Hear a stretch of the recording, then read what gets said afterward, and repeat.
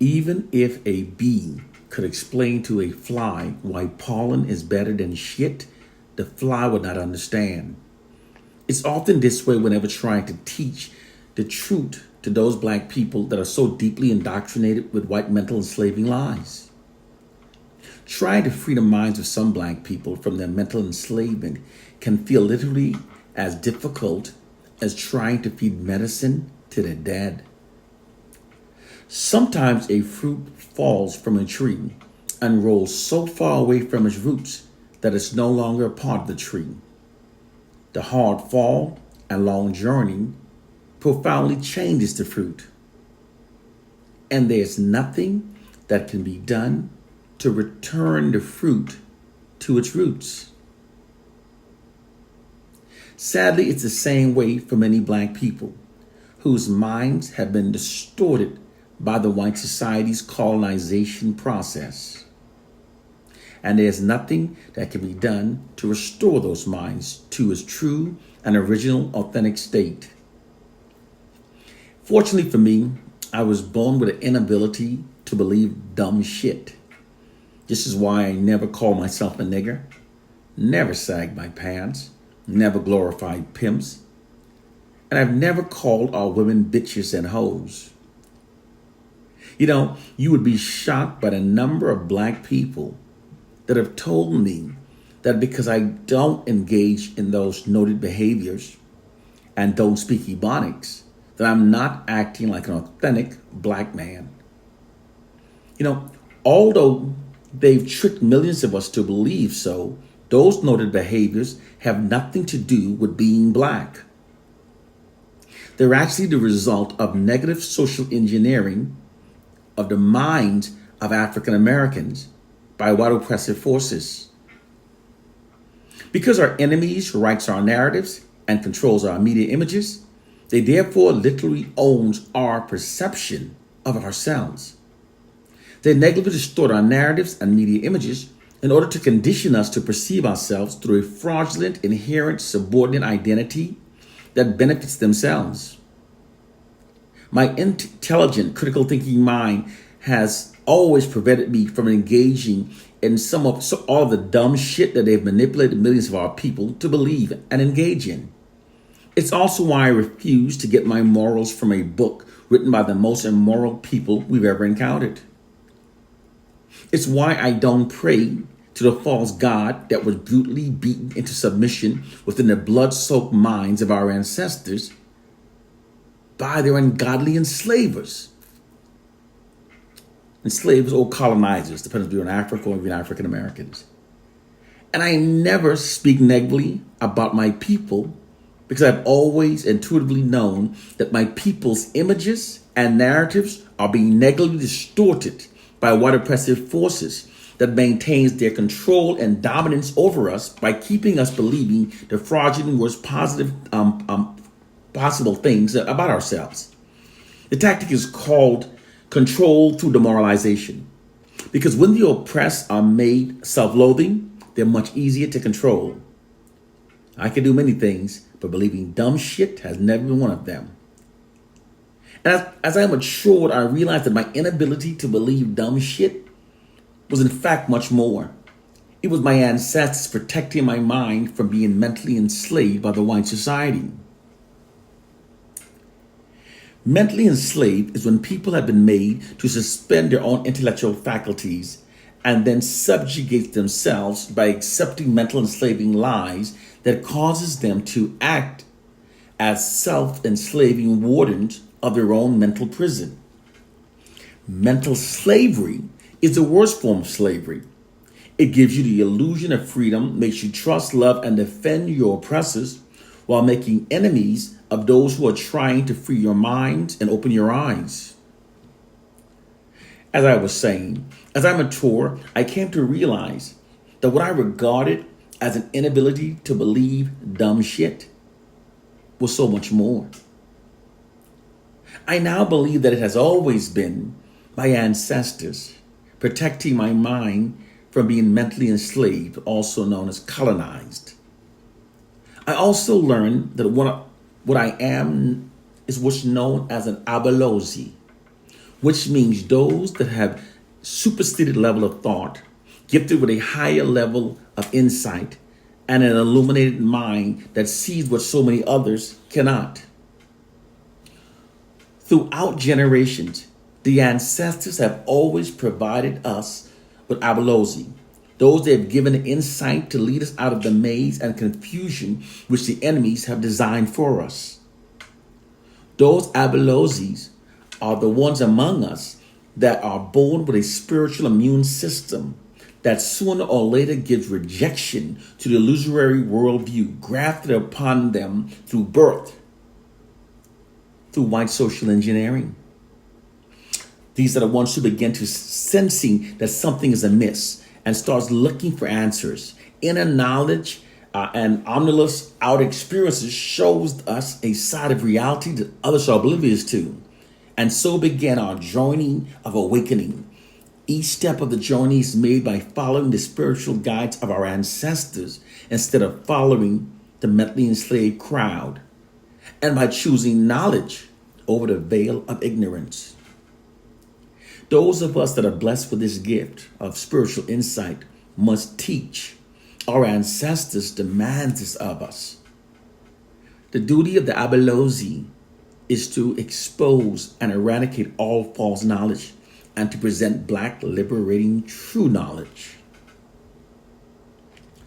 The greatest threat against the liberation of the oppressed is not ignorance alone.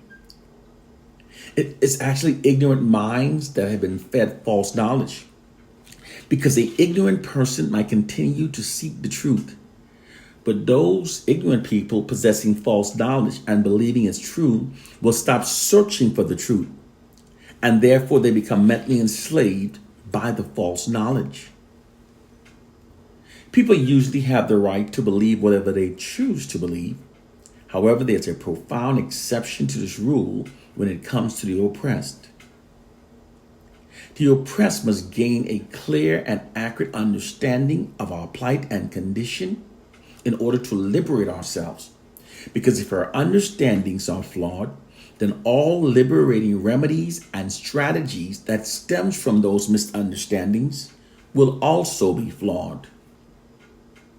This is why believing in the Bible and the Willie Lynch syndrome myth have both failed us miserably in terms of Black liberation. They're both false knowledge that keeps us mentally enslaved as a people. When the beliefs held by the oppressed are false knowledge that hinders our liberation, those of us who know the truth must teach it. African proverb. The following is the truth of our plight and condition. Side note, don't dispute facts you don't understand for lies you've been misled to believe. Secretly embedded within much of the information that Black people systematically receive from the white society are fraudulent propaganda that is designed to make Black people think and behave in ways that serves and protects the interests of the white society. It's the true reason why many Black people are now self-loathing, perceives ourselves as being our own worst enemies, and reveres Caucasians in spite of such a brutally horrific history of the contrary.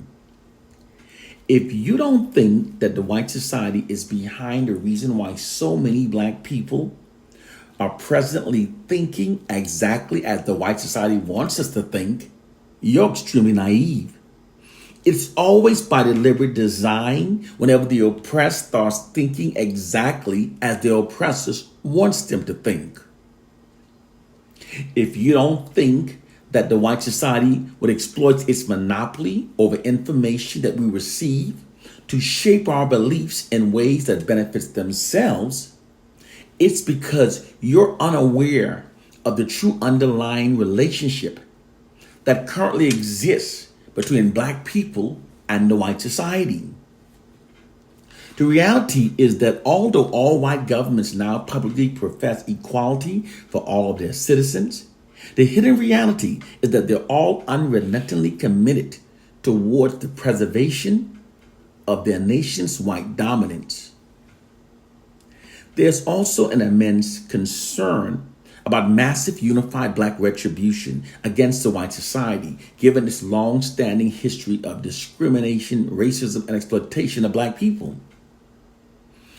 This immense commitment and immense concern resulted in white oppressive regimes deploying psychological warfare propaganda campaigns that aids in maintaining their white social dominance and control over black people, and that protects them from massive unified black retribution. The fact is that if the white society did not deploy such tactics against black people, they would then be diametrically opposing their own self-interests. Because while the white society, through their weaponry advantage of guns and cannons, could brutally invade and enslave black people, they, however, cannot win our loyalty or sustain peace with us indefinitely unless psychological warfare tactics are deployed that aids them in maintaining their dominance and that prevent black people from unifying and seeking retribution against the white society. Because whenever people are oppressed for long durations, their collective aggressions towards their oppressors will continue to grow until it reaches a boiling point, resulting in massive acts of massive rebellion against their oppressors. The oppressed always eventually rebels against their oppressors.